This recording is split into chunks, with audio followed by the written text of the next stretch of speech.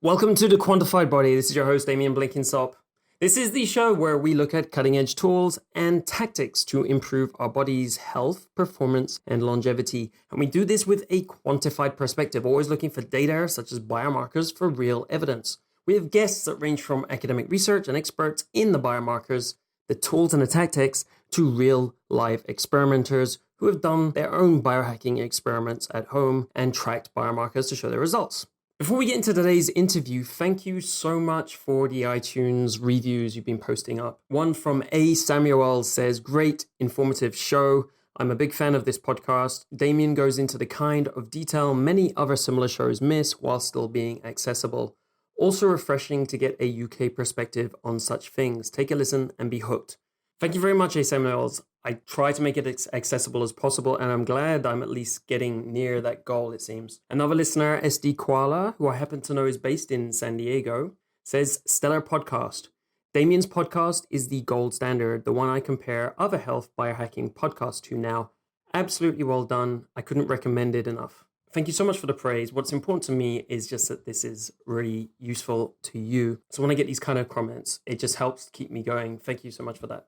Now, today's topic, if you had to put your finger on one aspect of our body which modern society emphasizes, it would definitely be our mental performance, whether it's our career, our relationships, or so on and so on. And we're told basically that it's our mental performance and how well we're functioning mentally that is getting our results in life. And I certainly believe that. So when I think about getting the best bang for my buck in terms of the effort and the time I put into everything, in this area of my life, I do prioritize the mental aspect of it, protecting the mind, improving the mind. I think it's very important to how we do in life and how satisfied we are in general. Something that's come up over the years and has been becoming kind of popular is brain training.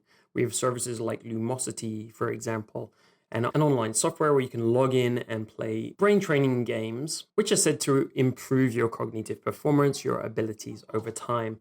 Question is, though, there's a bit of controversy around this. Does it actually work? Does it help you at all? There's another one called MBAT, which has been featured in a variety of studies, which is said to improve working memory, an important aspect of our mental performance. So we're going to look at this today, as well as how to assess our mental performance so we can tell us something we are doing, if it's brain training or if it's diet changes or just sleeping better and so on and on, if they are actually getting us the bang for the buck we want, making a positive impact on our lives. Today's guest is Dr. Adrian Owen, and he has looked specifically at this problem at assessing the effectiveness of brain training on a broad population to see if it's actually having any impact or not. Currently, he's the Canada Excellence Research Chair in Cognitive Neuroscience and Imaging at the Brain and Mind Institute, University of Western Ontario, Canada. Previously, he worked at Cognition and Brain Sciences Unit, Cambridge, UK. He has published more than 200 peer-reviewed scientific papers over time. This is a really good interview to get started looking more at the mind. We haven't looked in great detail at this and how to assess and understand if something we're doing is helping or not.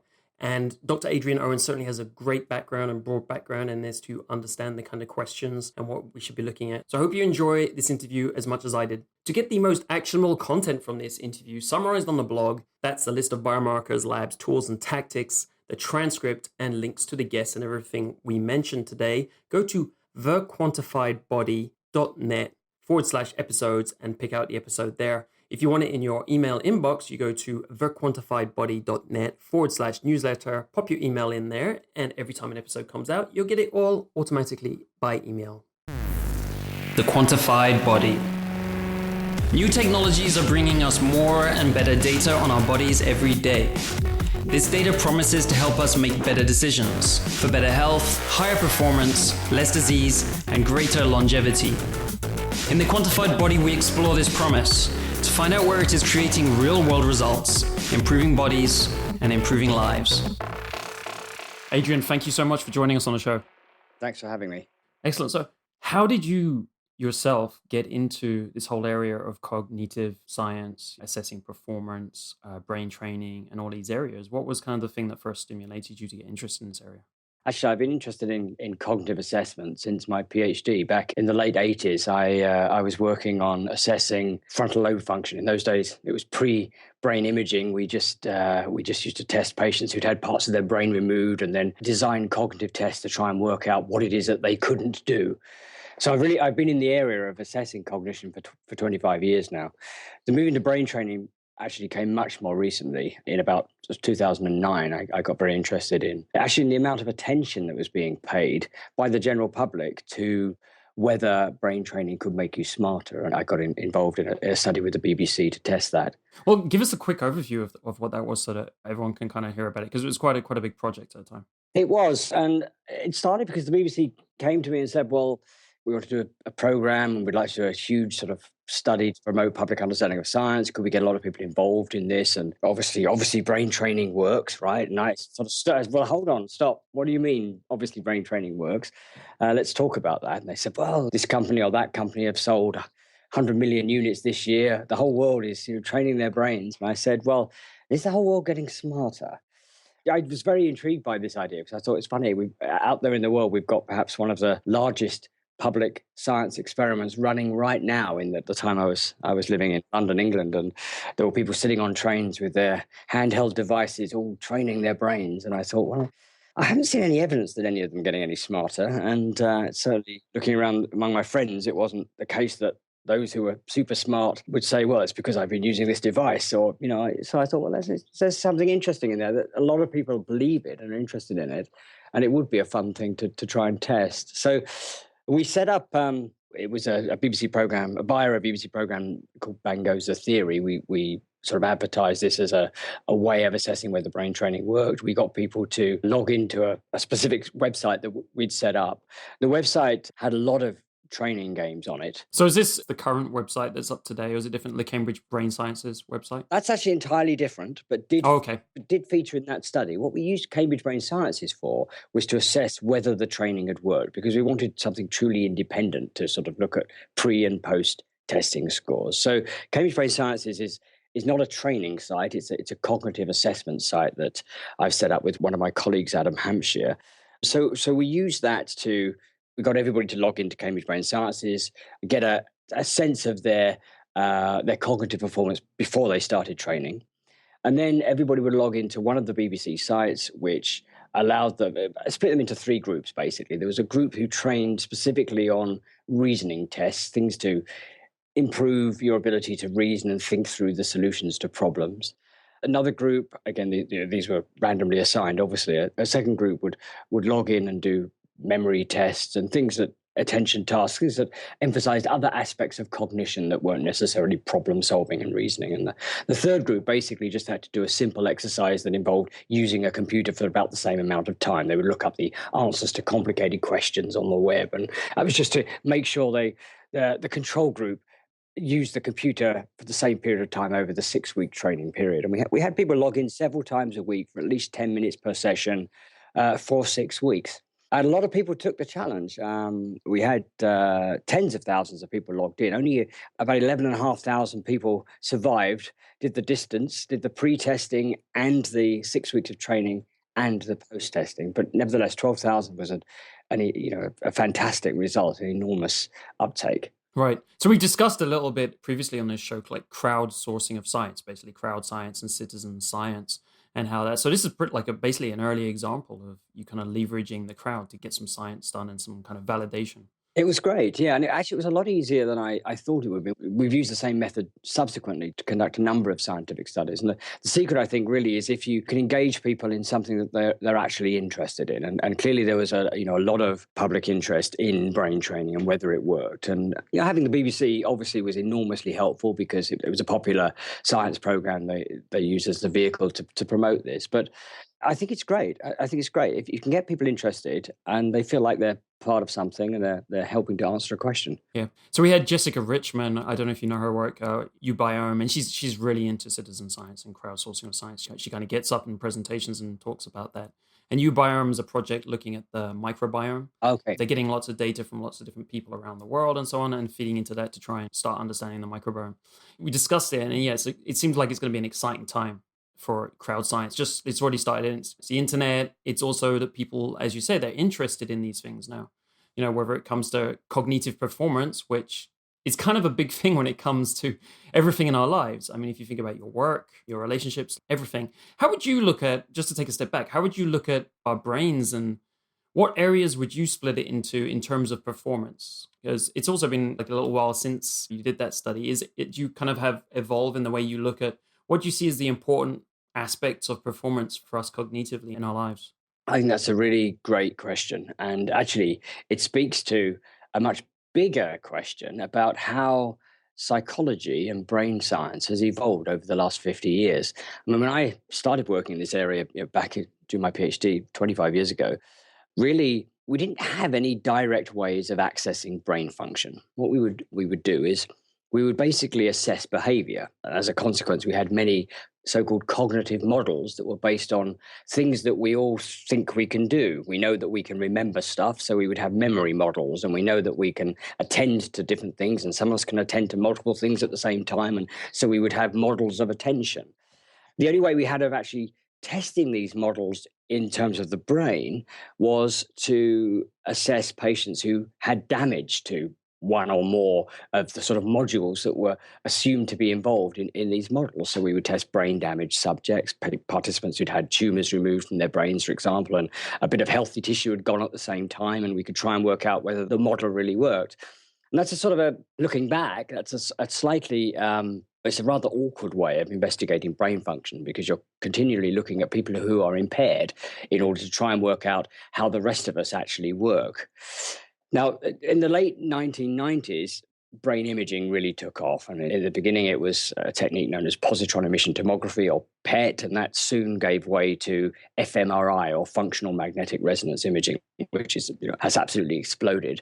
And it is really the tool of choice for many now called cognitive neuroscientists. And many psychologists now think of themselves as being what we call cognitive neuroscientists, because they take brain-based models on board as well as cognitive models. And brain imaging has allowed us to access the brain in a different kind of way, which is principally to look at the brains of healthy participants. So now, instead of trying to work out how healthy brains work based on how unhealthy brains work, we can actually look at healthy brains doing their thing. And what this has done is changed in many ways how we think about behavior and how we think about cognitive functions. And certainly in my lab, a guiding rule has really been, well, let's only really start to stress about this or fret about this if this is biologically plausible. Even if there are things that we feel that we have in life and we can achieve in life, if it's not something that by looking at the brain you could see how that could be accomplished, then my first guess is usually that we're probably barking up the wrong tree. Could you give an example just to clarify that? Seems like something a little bit harder to visualize. Yeah, well, unfortunately, most of the examples I would give you would be things that I don't work on, and I don't work on them because because they're good examples of this. But I suppose an illustration of the sorts of thing I'm talking about is that there are many things that people have attempted to look at with brain imaging that I think probably are not easily explained in terms of networks within the brain, like how we fall in love, or why we trust each other, or where do we get a sense of justice from. These kind of big sort of squishy emotional things that are not easily reduced down into measurable components within the brain. Whereas memory, how is it that we lay down memories for words, or how is it that we acquire language, or how is it that I can attend to two things at the same time? These are things that are much more easily, I think, thought about in terms of what we know about the structure of the brain and networks within the brain. So not everybody agrees with me. There are certainly a lot of people out there that think we're going to solve the riddles of love by using brain imaging, but that's not the way I work. So this is a very long-winded answer to your original question, but it's just to really tell you about how we tend to think about cognition now. And it's almost a bottom-up approach. We use the brain, we look at the brain, and we say, well, let's look at different areas within the brain and try and work out what they're doing, rather than trying to explain what it is we're able to do in the world in terms of areas of the brain. And that's an interesting approach, because it turns out that the brain isn't really organized how we imagined it would be organized at all. I mean, there isn't a bit of the brain that lays down your memories. So spending a lot of time looking for that area of the brain is not a terribly rewarding thing to do. But there are certainly many areas of the brain that are involved in laying down memories, and they work together as a network, and they play really quite different roles. And some of those roles are overlapping. As you probably guessed, it's really complicated. It's a lot more complicated than, I guess, some of the jargon we've kind of learned. When we think about cognitive performance and the standardized testing, and also some of the apps like Jewel and Back, which was the brain training, which we'll come back to, which was supposed to increase working memory and so on. So we have things like working memory, fluid intelligence versus crystallized intelligence. For you, do those things still exist today? Are they still effective ways of explaining our performance in the real world, whether it's work or whether it's problem solving in this world that's getting more and more complex and faster? And obviously people are pushing the edge. Some people are taking nootropics, or they're trying to do all sorts of things to like stay on top of where they are in performance, in their jobs and everything. So are these still terms that we can think about, or is it moving away from that because we've kind of taken the lid off the brain and we're like, oh, it's actually way more complex than we thought, and we can't really reduce it to these ideas anymore?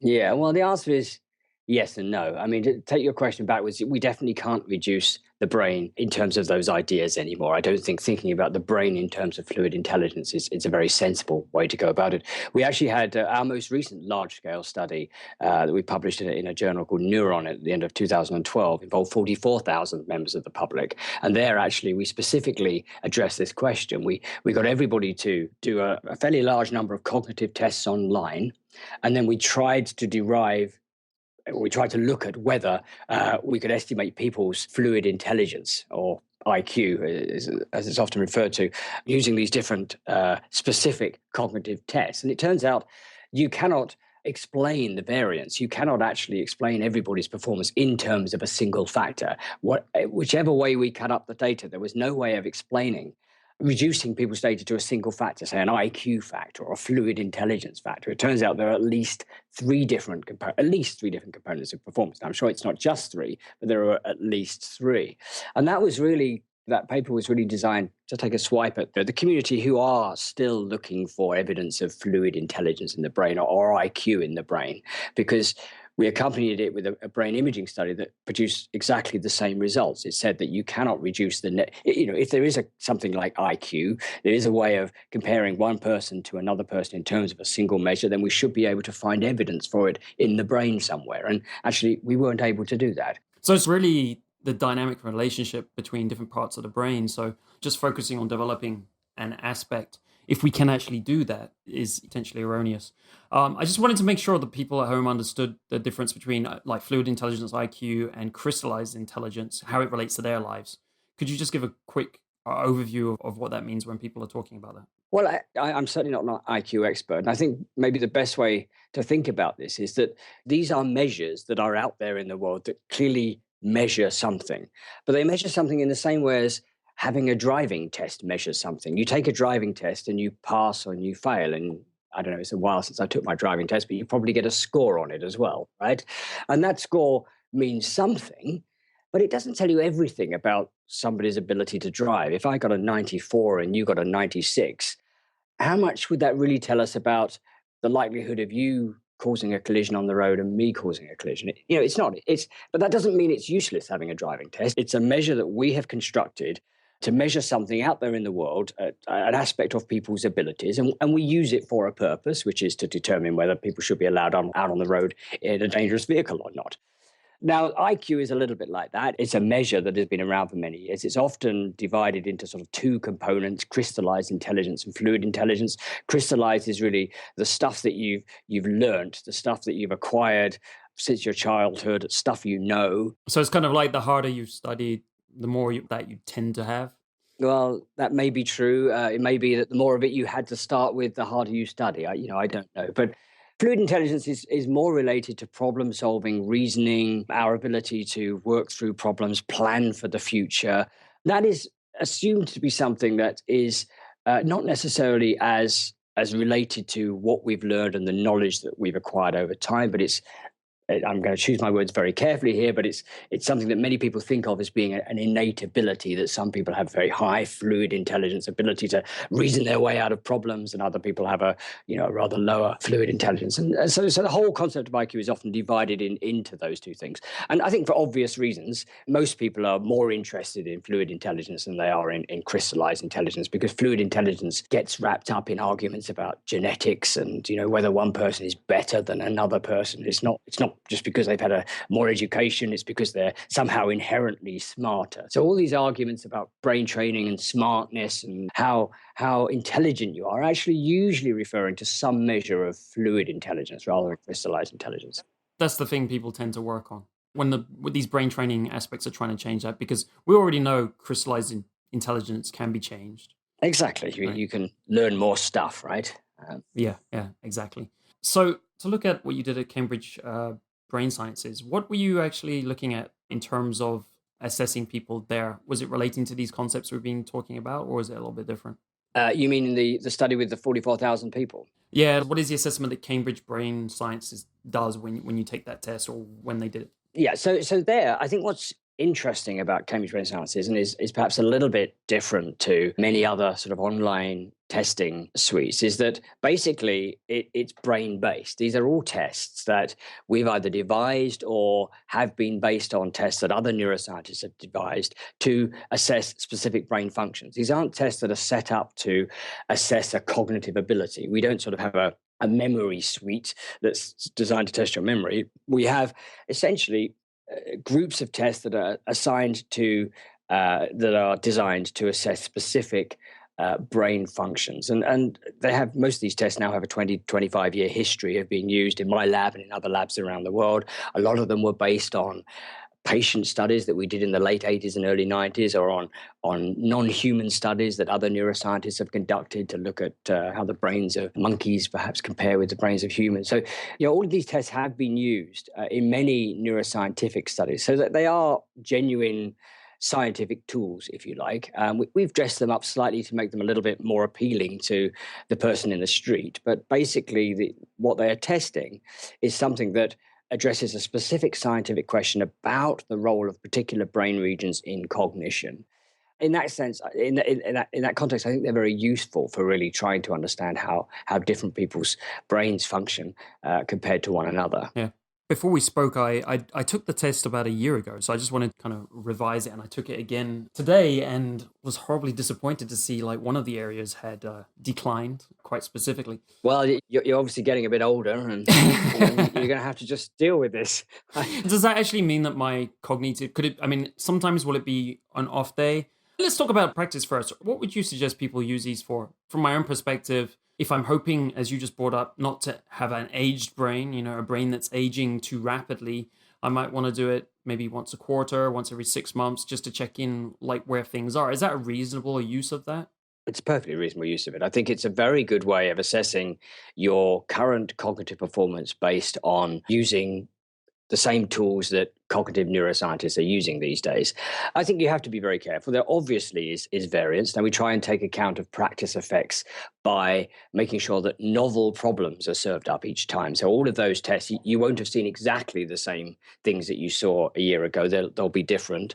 And there are algorithms built into that to make it infinite. You could test yourself as many times as you want, and you won't encounter the same problems. But saying that, there's obviously an initial practice effect. The first time you sit down and do them, the entire concept is novel. You're sitting doing an online test you've never seen before. You're trying to work out where the instructions are. So there's going to be a difference between your very first time and your second time. And we generally suggest that people have a go once and then start testing themselves once they're familiar with the environment. As far as general practice. So I think I'll just put my bad score today down to that then. I think that would be entirely reasonable. That's something that we can deal with. But people also need to be careful about the circumstances in which they test themselves. If you didn't get any sleep last night, then the chances are that's going to, your cognition is going to take a hit. You're going to be less attentive, less able to focus. Your memory might be, slightly impaired. Again, in some senses, the downside of having people test themselves at home is that They could be intoxicated. They could have had a few beers beforehand. There are all sorts of things that, might have affected. Yeah. Or you could be a bit under the weather, as you say, not having slept. I actually experienced that with another tool, Lumosity. I don't know if it's how similar it is to Cambridge Brain Sciences or if you're up to date on that, but it's a brain training tool that is quite widely used. It is. And Lumosity is actually very different to Cambridge Brain Sciences in that they've gone much further in trying to turn things into games and entertainment. And of course, their focus is on training. And although you can use Cambridge Brain Sciences to train, we've never made any claims about training. We're not encouraging people to try and train their brains using Cambridge Brain Sciences. We're trying to encourage people to use it to assess whether training works or assess whether any form of intervention works. If somebody wants to know whether a cup of coffee in the morning makes an effect, take Cambridge Brain Sciences twice, once before your coffee, once after, and see if there's been a change. Great. So you feel like it could be, for those kind of small interventions, it could be useful. A lot of people taking nootropics or coffee, you've heard the bulletproof coffee where you put like butter in it, all sorts of people are like, they're trying different things at the moment, including myself.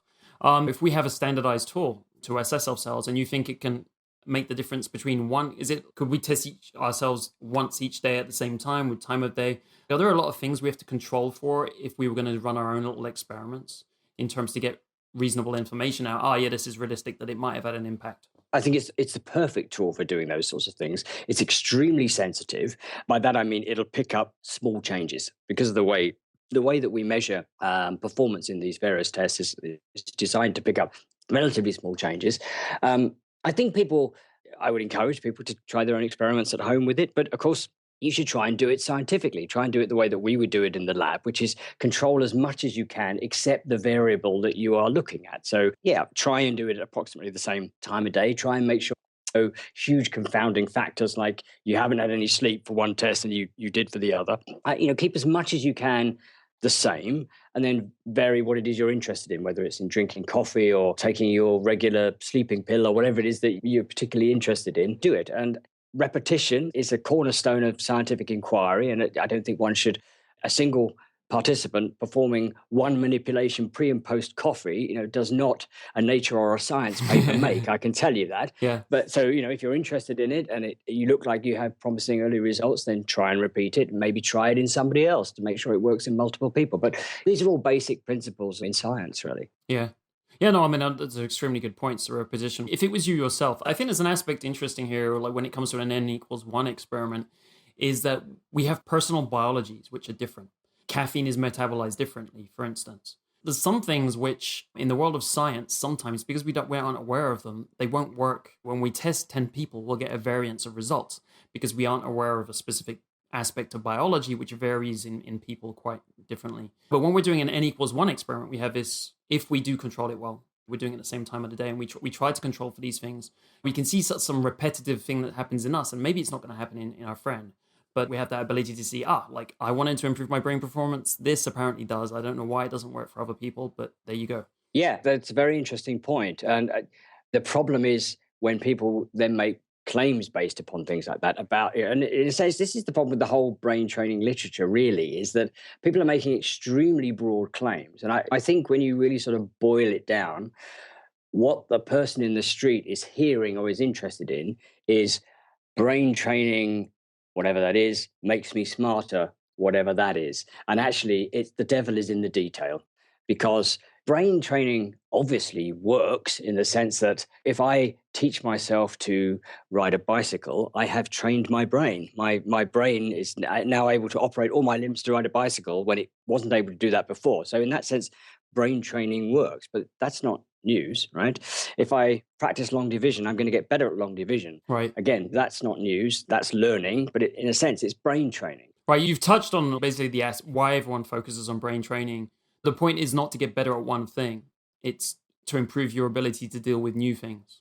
It is. And actually, that's where the science gets really complicated and controversial, because a lot of people, and I don't think it's uncontroversial to say a lot of people with commercial interests would like to claim strongly that there is so-called transfer. If you practice this one test, you are going to get better at all of these other things.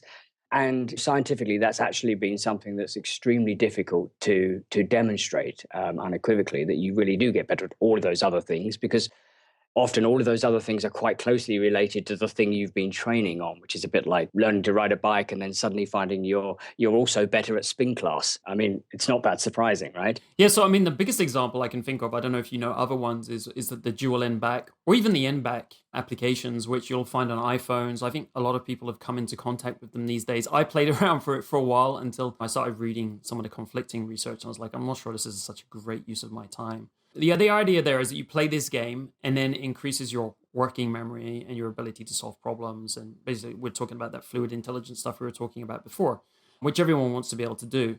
What's your viewpoint on the effectiveness of these types of things? And what kind of brain training did you test when you were looking at this? I'll answer the second part of your question first. So we actually used various types of brain training tests that were similar to, some of them were similar to the NBAC task. They certainly involved a lot of working memory. And as you know, we didn't find any significant transfer effects. We didn't find that even when people had trained for 6 weeks, several times, for 10 minutes, several times a day, for 6 weeks, they clearly got better at everything they trained at. Every single test that was trained, people got better at, but they didn't transfer to other tests. And actually, in our hands, they didn't transfer even to other tests that were quite similar. So, for example, we had what's called a spatial span task, where you simply remember the locations of various boxes on a computer screen. And in many ways, that's very similar to a commonly used psychological test known as digit span, where you just remember a series of digits, in the sense that these are very discrete things that you have to remember one after the other, and you repeat them in the order that they were presented. And one of them are blobs in different places on the screen. The other one are numbers. And I think it would be reasonable to hypothesize that if you got better at one of those things, you might be improving your performance at the other one, because there's quite a lot of overlap between them. Lots of brain processes are likely to be the same in both. But actually, that wasn't the case. We found even with tests that were reasonably closely related to one another like that, working hard at one didn't actually improve your performance at the other. But again, that's one study. That's the study that we conducted. That's the results that we reported. Now, other people have certainly reported other results and have suggested that training on working memory is beneficial. And I think one of the really big problems here is working out what is working memory and what tasks do and don't involve working memory. I mean, it's very easy to say, well, this is a working memory task that we've designed. It's been designed by cognitive neuroscientists to assess working memory. And then we're going to assess performance, assess the effects of training on this other task, which is not called a working memory task. It's called a fluid intelligence task, right? And that must mean that, if there's an effect, there's transfer. But what people need to understand is that these are just names that we assign to things, right?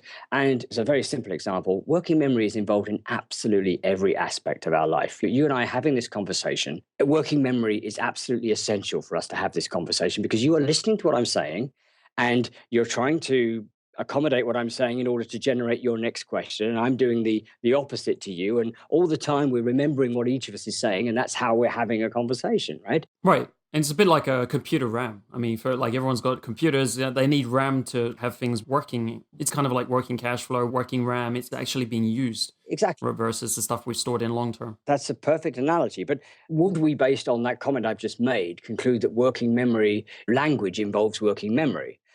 Well, most people who work in language, psychologists and cognitive neuroscience who work on language, don't think of working memory as being a component of language, but they recognize that in the process of using language and us talking to one another, or even just generating speech, we need to use our working memory systems.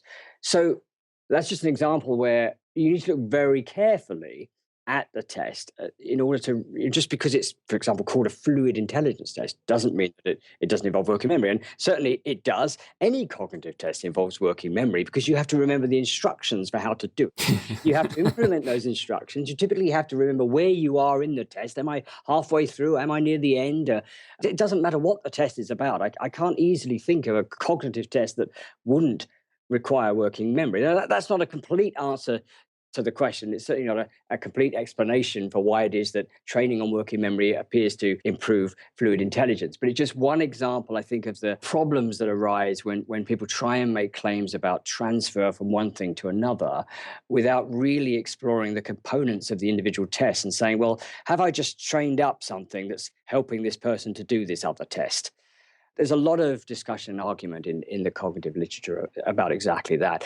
I mean, that's why we've taken the Cambridge Brain Sciences approach, which is to not just rely on one test, but to have a sort of a whole array of assessment tools. And now, I guess our position on brain training will be, well, if brain training works, then you should be able to train on this one test, whatever it is, this magic brain training task, and in general, your performance on this whole slew of other tests, which brain sciences, should get better. And I honestly think that's what most members of the public would expect and are expecting from what they read about brain training. It's not that if I train on my working memory, my performance on this one test of fluid intelligence is going to improve. They're thinking, apparently, if I train on working memory, I'm going to get smarter. And the best way we have of measuring am I smarter is to do an entire battery of different cognitive tests that assess planning and memory and attention and all of these different aspects. So I think you do have to look at the big picture. And when you look at the big picture, the data are really far from equivocal. It's not clear that training on any one test or even any one battery of tests will generally improve you on most aspects of cognition. Is that to say that every time, say, I'm doing the Cambridge Brain Sciences test, or you'd expect to get roughly the same scores, unless you've had some injury, you've had some negative, you'd expect some age decline, as you referred to earlier, but you wouldn't kind of expect there to be jumps. Even if beyond brain training, we've been exposed to new environments, perhaps a new job, perhaps we've taken on a new course, we're taking on some new studies, a PhD, whatever it is. So you wouldn't really expect those measures to change much. Actually, we looked in the study we published in Neuron in 2012. We looked at a lot of these different components because we had 44,000 people had logged in. We also asked them a lot of questions about their lifestyle. Now, it obviously doesn't directly address your question in that people weren't assessed at different time points, but we had an awful lot of people that had an awful lot of different lifestyle and behavioral characteristics. We had young people, we had old people, we had smokers and non-smokers, drinkers and non-drinkers, gamblers, non-gamblers, brain trainers, non-brain trainers. We could do some of these comparisons and try and look at what difference things make. And it's actually surprising. A lot of things that I wouldn't have thought would necessarily affect performance really did make a difference. Your general level of anxiety, for example, affected performance, but it didn't affect performance across the entire battery. It had a selective performance on a subset of tests. Similarly, smoking, whether you're a smoker or not, I should say, didn't affect cognitive performance across everything. It had specific effects on clusters or known groups of tests. And I think that's more likely what people are going to see if they repeatedly test themselves, perhaps pre and post a brain injury, or using one of these interesting manipulations we discussed earlier, like whether you've had a cup of coffee or whether you've lost a night's sleep. I think people, they won't see a global deterioration of cognition. They'll see specific problems in various areas. Perhaps your memory will be affected, or your ability to attend or problem solve will be affected. One of the main things I'm interested in looking at when it comes to these things is a lot of the things that are hyped, a lot of the things that we consider spending time in. So some of the big things at the moment are mindfulness meditation. You'll see most executives today doing some form of mindfulness meditation, or they're doing transcendental meditation, which is basically with repeating a syllable versus just focusing on being mindful. Me myself, I try these things, and my friends, we're all trying these things to increase our performance because we're entrepreneurs and we're just trying to do better at life and get more out of life, and so that's what everyone wants these days. But the question is really, could we potentially test what you just said is like the anxiety? Because I've always thought of it as anxiety is like a distraction. If I'm trying to problem solve on a test or problem solve at work, I know for a fact that if I'm distracted by something, I feel more anxiety. It seems like it's harder work because I'm not really focused. It's like my working memory, to use this word, is like half of it's taken up by whatever the distracting mechanism is. Meditation, yoga, things like this are supposed to improve that. So it would be interesting for people to do interventions at home, or if you'd seen, and for people to do scientific studies on this to see if this is far more impactful than brain training if you want to enhance your performance, your cognitive performance. I come from very much the same philosophy that you do. I'm always intrigued by what the current sort of trend is. What is it that people are doing and believing? And I would strongly encourage people to go out and try these things. I think the problem is the best tool that we have for assessing anything is science, and we have a scientific process, and we have a very well worked out system for what is acceptable science and what is not acceptable science, and what scientists have to do to make sure that their peers agree with this and these sorts of things. And people do need to be slightly careful, I think, about relying too much on just running their own experiments and finding out stuff and assuming that it's the whole story. But I think as long as people try and remain scientifically rigorous and go out and test these things, I think they are all perfectly plausible things to investigate. And a rule of thumb I always have is just because a lot of people believe in it and are sure that it's true, if it hasn't been scientifically proven, then it's very likely not the case for whatever reason. And I think that the commercial brain training is a very good example of that, where tens of millions of people clearly believe in this because the large manufacturers of these things sell tens of millions of units of these things, right? So there are a lot of people that think it might work, but the scientific evidence doesn't support it. And most people should be able to see that by looking around them in the street. Talk to your smartest friends and find out why they think they're smarter. I bet you can't find somebody who says, oh, it's because I've been using this brain training system for 6 months. It's not that all of our smart friends are brain trainers and all of our less smart friends are not brain trainers. I mean, the evidence is out there in society that brain training in a commercial big sense clearly doesn't work, that all the smart people aren't the brain trainers and the less smart people aren't the non-brain trainers. But again, that doesn't mean there's nothing in there and no type of brain training could have any effect. It just means the sorts that most people are buying into at the moment, it isn't doing what they believe it's doing. Yeah, we don't have any concrete scientific studies saying, without conflicting studies coming up a couple of years later saying, actually, what this isn't repeatable. An aspect I wanted to relate back to is because I've heard this a lot. I hear about the brain aging and how we've got to protect ourselves. A lot of people concerned about Alzheimer's, of course. It's one of the biggest fears of people. And losing our brains is obviously something we care about a lot. When we're talking about aging of the brain, what does that actually mean? What's going on there?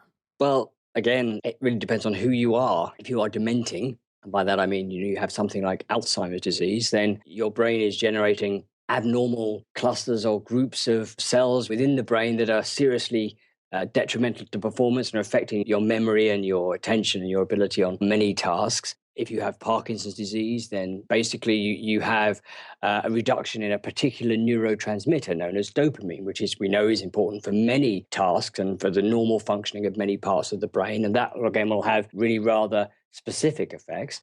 For the rest of us, well, maybe aging, maybe a lot of us have had small strokes during our life that we're not aware of. I mean, we're all very familiar with people that have a major stroke that may have affected a large portion of their ability to move or a part of their body. But there is a school of thought that over the course of our life, many of us have small strokes that don't have measurable effects, but by the time you get to your 70s and 80s, that stuff's all adding up. You're starting to see impairments.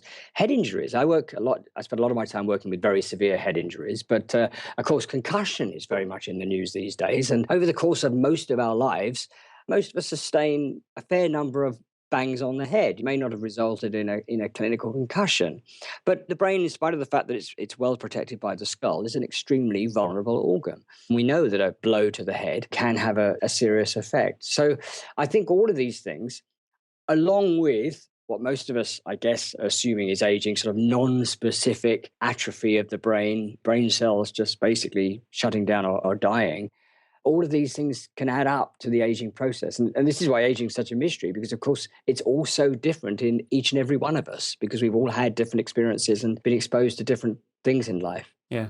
What you're saying is it's a very complex. I mean, aging is this name we give to lots of different things, biological changes, like, as you say, damage accumulation. We recently had Aubrey de Grey on, and he talks about aging and he splits it into 7 different areas. So it's quite interesting for him to break it down and say, well, actually, it's because you got cellular garbage, building up, and to actually break it down and kind of describe it. So it was interesting to kind of clarify a bit, because everyone talks about brain aging. And as you say, it could be different for different people. And if we're trying to prevent this, have you got, since you brought up the injuries and stuff, have you been able to improve the situation of people with injuries beyond just kind of assessing what stage they're at? Are you able to at least get them to recover somewhat? So it kind of gives us some hope for the aging process as well. Well, there's obviously a big difference between mild brain injury and severe brain injury. I mean, some of the work we're trying to do now is to look at concussion. And again, we're using Cambridge Brain Sciences. We're assessing concussion in people like American football players who often suffer many serious concussions within the course of one season.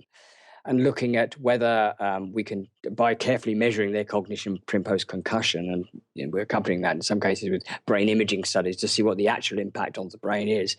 Yeah, we're trying to look at ways in which that sort of damage can be mitigated. very, very serious brain injury. I do a lot of work in patients who are in a coma or vegetative state, and there the damage is often so severe, it's very hard to work out where to start as far as rehabilitating people is concerned, or getting them back to all kind of normal life. That doesn't mean there won't ever be any answers, or that there aren't any potential answers on the table, but it's a much harder problem to solve. So when people talk about neuroplasticity, because that's one of the things that kind of gave people a bit more hope there, what does that refer to? Well, again, it's a very broad term, which is, I think, slightly being taken now out of context. I mean, two ways in which it's used often is in studies of healthy participants who are taught to do something that they couldn't do previously. There was a very well-publicized study a few years ago about people being taught to juggle. And they were non-jugglers to start with. They were scanned at various points during the learning to juggle process. There were sort of expert jugglers at the end, and there were changes in their brain that had occurred as a result of them learning to juggle. And those changes were, I suppose, that is why they were able to juggle. Neuroplasticity had occurred in the brain, and they'd acquired a new skill. And it's a great study. It's very well carried out, and it used some beautiful new technical methods. But in a way, the result isn't surprising because, of course, the brain has to change to do stuff and to learn stuff. And that's how we retain these abilities to do things for many years. Once you've learned to juggle, you can usually do it for years and years after, even if you don't continue to practice. So there's that kind of neuroplasticity, which I think, again, some people have sort of taken out of context and said, okay, so the brain is totally plastic. We can all just move things around and learn to do new stuff, and it's not quite as simple as that. The other way is, of course, again, very good studies that have looked at the results of things like strokes, patients who've had stroke and have learned to do things that they lost as a result of the stroke. Perhaps, they couldn't move an arm, and through a process of continued rehabilitation, they regain the ability to move that arm. And in some cases, it's been shown that it's not that the bit of the brain that was damaged has been fixed. It's that a different part of the brain has taken over the role that was carried out by the damaged part of the brain. Things have shifted around. And again, it's an example of neuroplasticity. And there's no doubt that this happens. I don't think anybody's questioning that this is something that the brain is able to do. The question is, how widely can it be applied? I guess it doesn't mean that any of us can just reallocate resources within our brain because we happen to have a large frontal lobe. Let's shove it all up the front and do it with our frontal lobe. Things aren't quite as easy as that. But I mean, neuroplasticity is an interesting idea, and it is, as you say, something that's gaining a lot of attention. It sounds like it's potentially a zero-sum game. It is allocation of what you have, right? Rather than being able to kind of regrow capacity, rebuild capacity that was lost for whatever reason. I think so. Certainly in the case where there's been a specific type of brain damage. I mean, it's very rarely the case that a part of the brain that has been seriously damaged can be repaired, or I can't think of examples where that part of the brain is typically not made to work again. It is usually about reallocation of existing resources. But there's a lot of truth in the old saying about how much of our brain that we're using at any given time. We have quite a lot of brain, right? And it is an extremely complex organ that is very, very well interconnected. So I think most of us do have a lot of potential for neuroplasticity, as long as the damage that you've received is not too severe. So although it's a zero-sum game, I think there's plenty of potential there. I just did want to bring out one study that I saw recently, which was another bit more optimistic. You might have heard of it, I'm not sure. It was a reversal of cognitive decline, a novel therapeutic program. It was in September 2014, and it was basically a multidisciplinary approach. They had 10 people do 10 different things at the same time. So it wasn't one of these control experiments where you've just got one thing going on. They just wanted to see if we throw everything at these people, can we help them? And it seemed like it was pretty positive. 9 out of 10 had some objective and subjective improvement, and 6 out of 6 who stopped working went back to work. I don't know if you saw that study. It was on Alzheimer's and other patients, but it's studies like it was published in a journal of aging. It's things like that you wonder, potentially there are ways to improve our situation. Maybe it's not regrowing capacity, but there's ways of allowing our brain to work better in the conditions that it is in and continue to live the life or improve our performance as whatever we're looking to do. Well, I think that's a really great example of where the point is to just not move too far away from the data. So I don't doubt for a minute the results of the study, but what's important is that you sort of stick to that result. And you say, okay, so when people of that kind, patients in this case, perform multiple tasks at the same time, their lives improve and they go on and live better lives than they did before. And that's the important message. That's what that paper measured. That's what it set out to measure. That was the result that it demonstrated. And that's what you should take away from it, rather than thinking, so brain training works then, which is, as we've been discussing, it's just a much bigger issue. And actually, that study doesn't show that brain training works. It shows that a specific group of tests in a specific type of patients can improve their lives in specific ways. So, yeah, some aspects of, obviously, at some level, that suggests that some aspects of brain training work, but one shouldn't take away from that, okay, so if I go and buy this product to make me smarter, it's going to make me smarter. Yeah, just to be clear, I should have been more clear on this. It wasn't brain training. It was 10 different interventions in terms of exercise, meditation and yoga to de-stress, basically doing everything you can think of that people say we should do to live healthily. So that's what I meant when they threw everything at them. They're just like, okay, have a program and you have to do everything that we're supposed to do to be healthy.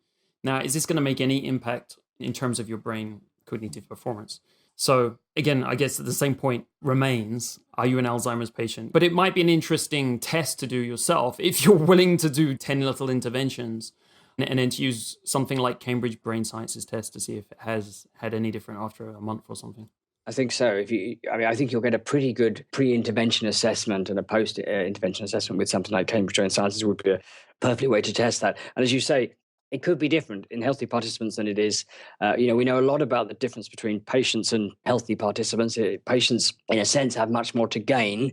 There is an argument that those of us who can claim to be healthy are already doing as good as we can. We're working at our sort of cognitive optimum levels, and maybe we can't get any better. Whereas somebody who has already declined 20% from their best has that opportunity to climb back up to the top again. And these are all important factors that may produce differences in the so-called healthy population versus any kind of patient. Great. Thanks for that. Just to bring up, it was interesting that you've been looking at EEG and the use of that. We spoke about functional MRI technology, which of course is like extremely expensive. And limited to research studies primarily because of that, because there's not so many of them. But so you've been doing some work with EEG, which is interesting because it means that potentially some of those applications could be used broader because EEG is more accessible. So could you just give it a bit of an overview of like how you used it and where it could be applied potentially, this kind of approach? Yeah, again, just to sort of qualify something you've said, although EEG is way, way cheaper than fMRI, there's EEG and there's EEG. So the EEG systems that we use actually cost about more than £100,000 each, right? Great. So, these are not things that people are, you're going to be able to go and buy down at sort of Radio Shack or Best Buy. These are extremely sophisticated, expensive pieces of scientific technology. But of course, the potential of EEG is that if we get it right with these expensive tools, we can make it cheaper. One could reduce the number of electrodes. Instead of the 128 that we use, perhaps you can answer that question with just 5 or 6. And those are all sort of scientific and technical questions that we're trying to solve. fMRI is for various technical reasons, is not going to get a lot cheaper anytime soon. We're not going to be having portable MRI scanners that we can all take home with us very soon. So there isn't really the potential for things getting much cheaper, getting much more portable with MRI in the way that there is with EEG. But what we've been trying to do is to use the EEG systems to achieve many of the same things that we've done with the MRI. I mean, mostly this is with the very serious brain injured patients. It's trying to determine whether some patients who appear to be in a vegetative state might actually be conscious, but locked inside their heads. And we've had quite a lot of success with that over the last 10 years using fMRI. We're now pretty good at detecting it's something like 1 in 5 patients who appear to be entirely vegetative and sometimes have been that way for many years. When we put them in the scanner, we can detect that they are actually there, they are conscious, they are aware of what's going on around them, they're laying down memories, and if they could, they would probably express opinions about the situation that they're in. So that's something we've been trying to replicate with EEG, and technically it's much harder. It's proved to be much harder with EEG. We've done it. We're about at the same stage with the EEG that we were with the fMRI, but even though it's somehow it's simpler, it's a portable technology, you can take it to the patient in their hospital. Sort of scientifically, in terms of what you're measuring in the brain, it's a little bit harder to actually analyze the data and interpret the data. So it's had its own it's had its own difficulties, but we're continuing to work in that area to try and improve things. Great. Well, I wish you success with that. Sounds like a very useful application. It's going to help a lot of people. Thanks. So to kind of round off the interview, I just wondered, like, what are you expecting in the next 5 or 10 years in terms of our ability to assess cognitive performance or cognitive abilities? Are you expecting any big kind of exciting changes or, interesting things that might be helpful in this area? Well, I'll tell you what I'm not expecting. I don't think we're going to suddenly get a brain training magic bullet. I really don't think we're suddenly going to find that doing so-and-so task 3 times a day, 6 times a week is suddenly going to, improve cognitive performance. I think the reason for that is you just got to look out there in the world, and we'd have worked this out by now if that was going to be the case. If there was some sort of magic thing that you could do, well, not magic thing, if there was some reasonable thing that one could do to boost one's cognitive performance in terms of practice or brain training, then I think we'd know about it by now. So that's not what's going to happen. We are learning an awful lot of information about things like the effects of drugs on the brain, how drugs affect different brain regions. There's a whole area that we haven't touched on here about so-called neuroenhancers, drugs that one can take to sort of up your performance, improve your cognitive abilities. And we're starting to learn much, much more about how those drugs work, the neurochemical systems that they work on it, in the brain. And I think it's entirely plausible that new drugs, so-called smart drugs, will be developed that will have specific and perhaps reasonably large effects on cognition. I think the other thing is that people are waking up to the importance of trying to keep your brain healthy, trying to preserve what cognitive function you have. And that is, we are seeing changes in society. Society is generally getting healthier. People are stopping doing a lot of things that it's now pretty clear weren't good for us and are affecting our brain in various ways. So I think that will also feed into public knowledge about ways of preserving function during aging, for example. And I'm not anticipating any huge revolutionary changes, except potentially in this sort of smart drug area. Great. Thanks. That's good to hear. Is there anyone besides yourself you would recommend to talk about these subjects like cognitive assessment, or potentially the brain training area? They've looked at it in detail and kind of assessed the potential of it. Yeah, well, of course, Randy Engel, Georgia has published a lot on the so-called brain training, and I mean he is an extremely smart and approachable individual who has a lot of very intelligent things to say about some of the statistics that have been used, some of the controls that have been used, and his is a largely negative view, I would say, about the effects of brain training. You won't have to go very far to find somebody who'll be happy to talk to you about the positive aspects of brain training. So I won't promote that by dropping any names in. As far as smart drugs are concerned, somebody like my former PhD advisor, Barbara Sahakian in Cambridge in the UK, I mean, she's doing a lot of work on smart drugs and the effects of cognitive enhancement. And she's certainly very knowledgeable in that area, and I'm sure we'll be happy to talk to you. Great. Thank you very much. And just to round off, I'd like to get a bit more view into your personal life. And if you're using any type of data, are you tracking any type of data in a routine manner, or looking at anything in your life from time to time, maybe once every 6 months or anything, to assess your health, your performance, or your longevity? I'm just afraid to do that. I do, of course, log into Cambridge Brain Sciences every so often just to check how I'm going.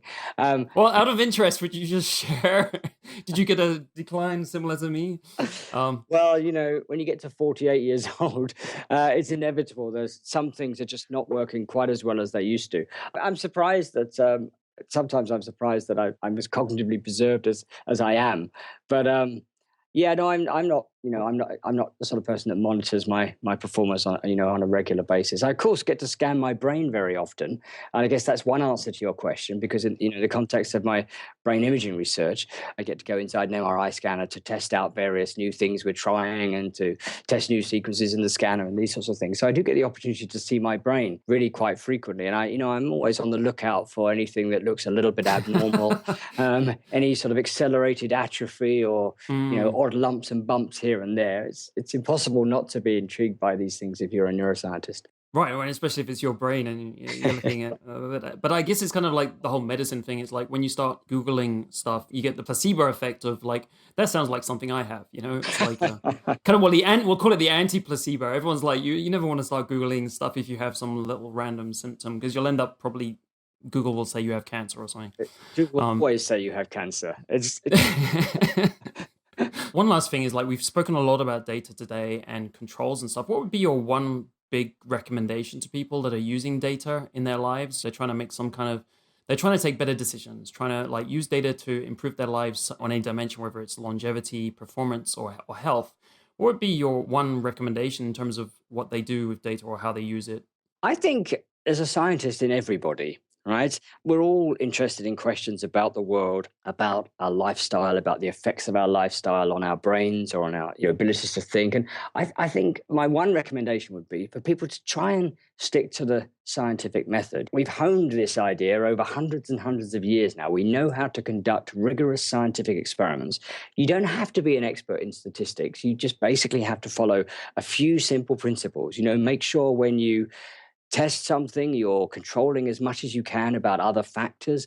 Try and make sure that the effect is reproducible. Try and make sure that it's reliable. There are, many fairly basic scientific principles that one can apply to everyday life. Don't just Google something or read about something in a newspaper and assume it's true. Go ahead and test it. But when you do that, test it using as many basic scientific principles as you can. And I think you won't go far wrong if you do that. Great. That's a great bit of advice. I don't know if there's a book or something kind of which would give someone a basic introduction to the scientific method. I don't know if that exists. I'm sure it does exist. Off the top of my head, I can't think what would be a good place to point people, but I can send you something that you can accompany this podcast with. That would be great. Thank you. Yeah, I would really appreciate that. That'd be very helpful. Adrian, well, thank you so much for your time today and all the questions and answers you've been giving us. It's been really interesting. It's my pleasure. It was a lot of fun. Thanks very much. To get more of The Quantified Body, subscribe on iTunes or go to the website thequantifiedbody.net.